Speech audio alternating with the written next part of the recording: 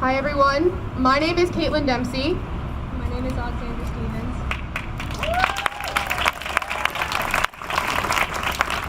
So both of us were involved in the March for Our Lives here in Morristown. We were both members of the Student Executive Committee, which planned the march and did all the logistical stuff. I spoke at the march, and both of us were helpful in planning the Town Hall for Our Lives that just recently passed.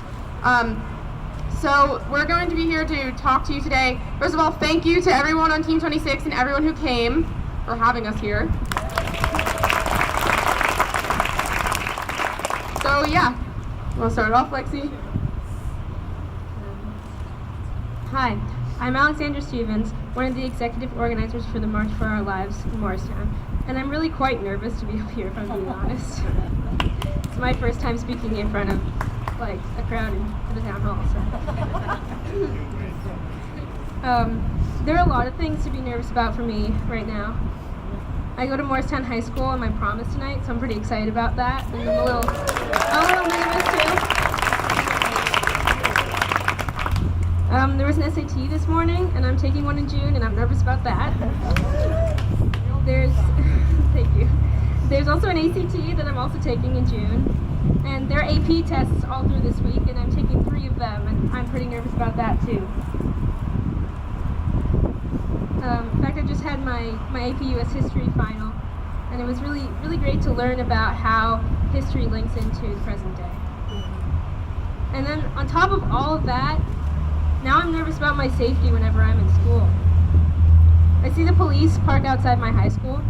There are like 6 cars there for lunch. I don't understand why we need that much. And, I'm really grateful to the police for helping us out with the march. They've been so thank you guys.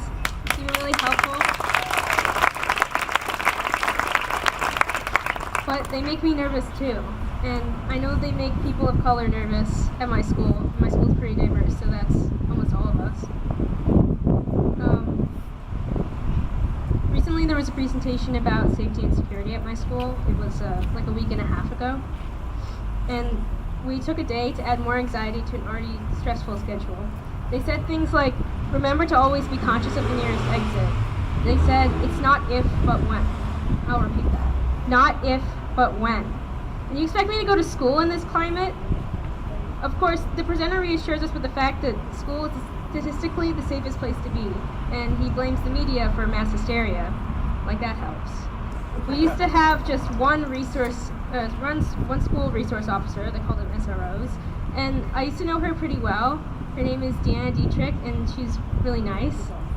Yeah, but now we have so many, and I don't know any of them, and they don't know me, so it's really impersonal, And we have to watch the documentary on Columbine in junior year. We don't know a world without Columbine. We don't know a world without war. We don't know a world without the military-industrial complex. This is not normal. This shouldn't be normal. Why is this normal? Why hasn't something been done about this? I remember when Sandy Hook happened. I was in 6th grade. We took the lockdown drills really seriously. That's when we started doing them, really. We talked about putting down the blinds, locking the doors, putting the little dot in the window that would let the police know that we're okay. We talked about how we might have to throw things at the shooter. I was worried that there would be armed guards at my school. I was just old enough to understand, but just young enough that I couldn't do anything about it. So I'm really glad that we're finally doing something about it.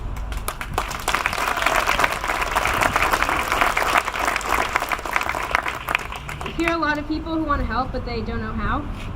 They've been stuck in their day-to-day. They say that they have no time.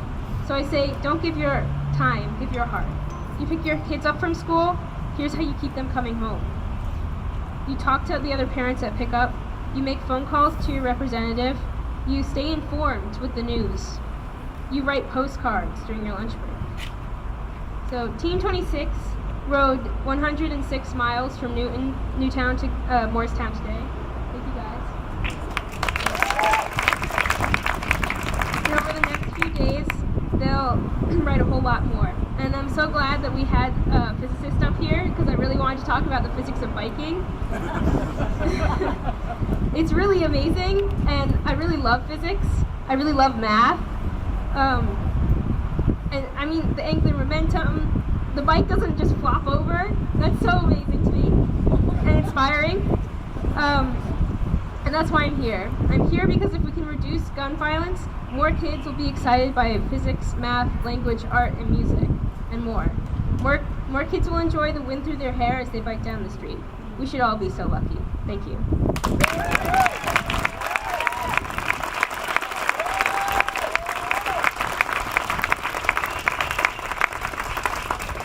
Hi everyone.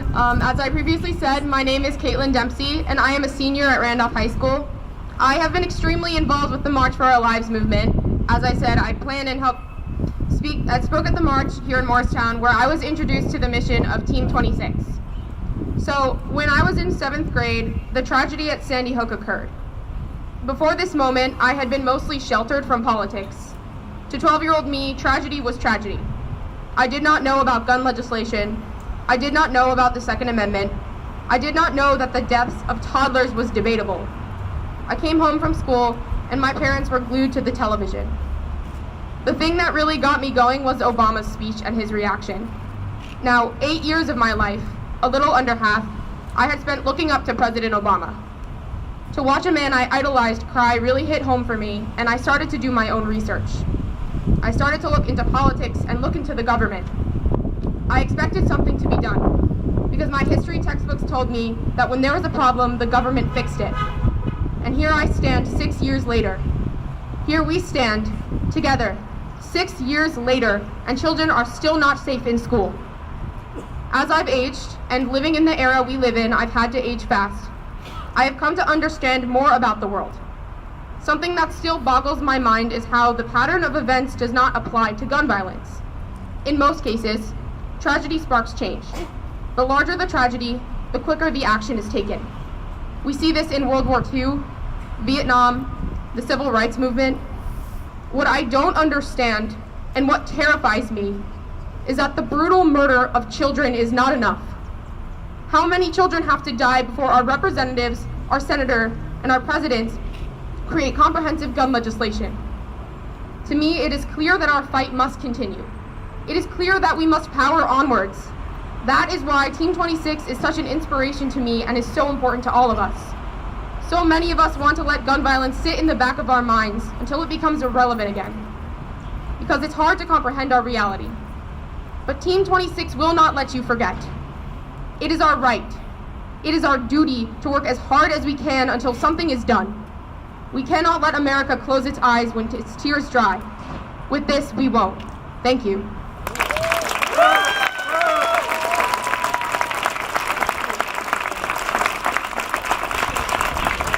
Now I would like to introduce Team